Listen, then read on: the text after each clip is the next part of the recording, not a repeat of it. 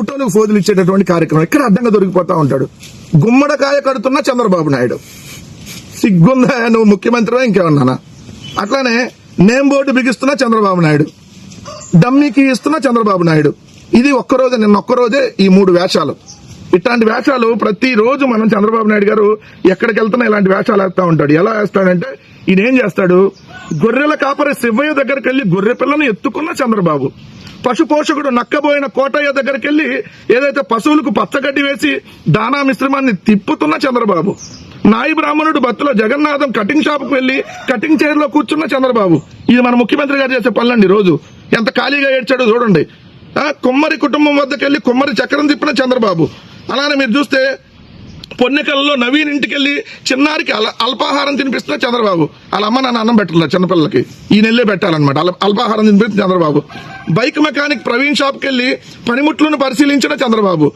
బడ్డీ కొట్టు బుడ్డాయమ్మ దగ్గరికి వెళ్లి ఆ బుడ్డా చిన్నమ్మాయి దగ్గరికి వెళ్లి ముచ్చటించి రసగుల్ల బాగుందన్న చంద్రబాబు. జీడీ నెల్లూరు బీసీ కాలనీ వాసుకు పెన్షన్ ఇస్తూ ఏదైతే వాళ్ళ ఇంట్లో గ్యాస్ పైపై హెరిటేజ్ పాలతో కాఫీ పెట్టిన చంద్రబాబు. ఇదండి మన రాష్ట్ర ముఖ్యమంత్రి ఏం చేస్తున్నాడు ప్రతిరోజు అంటే ఇది ఖాళీగా ఉండి చేస్తున్న కార్యక్రమాలు. ఈయన వెళ్ళి గుమ్మడికాయ కడతాడంటే ఇంటికి, ఈయన వెళ్ళి పాలు పొంగిస్తాడంటే ఇంట్లో, ఈయన వెళ్ళి ఏదైతే నేమ్ బోర్డు తగ్గిస్తాడంటే ఇంట్లో. ఎందుకు వాళ్ళ ఇంట్లో ఇంకా బాత్రూమ్లు లేదంటే ఇంకేమన్నా మొత్తం అన్ని క్లీన్ చేయాల్సింది. వెళ్ళి సిగ్గుందా నువ్వు ముఖ్యమంత్రి ఇంకేమన్నానా?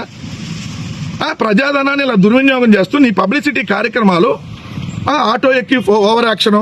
అప్పుడు దాకేమో మనం దిగేది హెలికాప్టర్లో, మళ్ళీ కాస్ట్లీయెస్ట్ బస్సులో తిరుగుతాం అక్కడే. కానీ ఇక్కడి నుంచి అక్కడికి వెళ్తానికేమో ఒక 100 మీటర్స్ కి ఆటోలో వెళ్ళి ముచ్చటిస్తున్నట్టు ఫోజులు.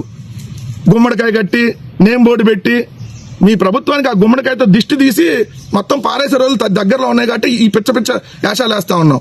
ఒక ఇల్లు కట్టడం శాతగాల, ఇల్లు మాత్రం మళ్ళీ క్రెడిట్ దొబ్బేయడానికి మాత్రం రెడీగా వెళ్ళి ఫోటోలకు ఫోజులు.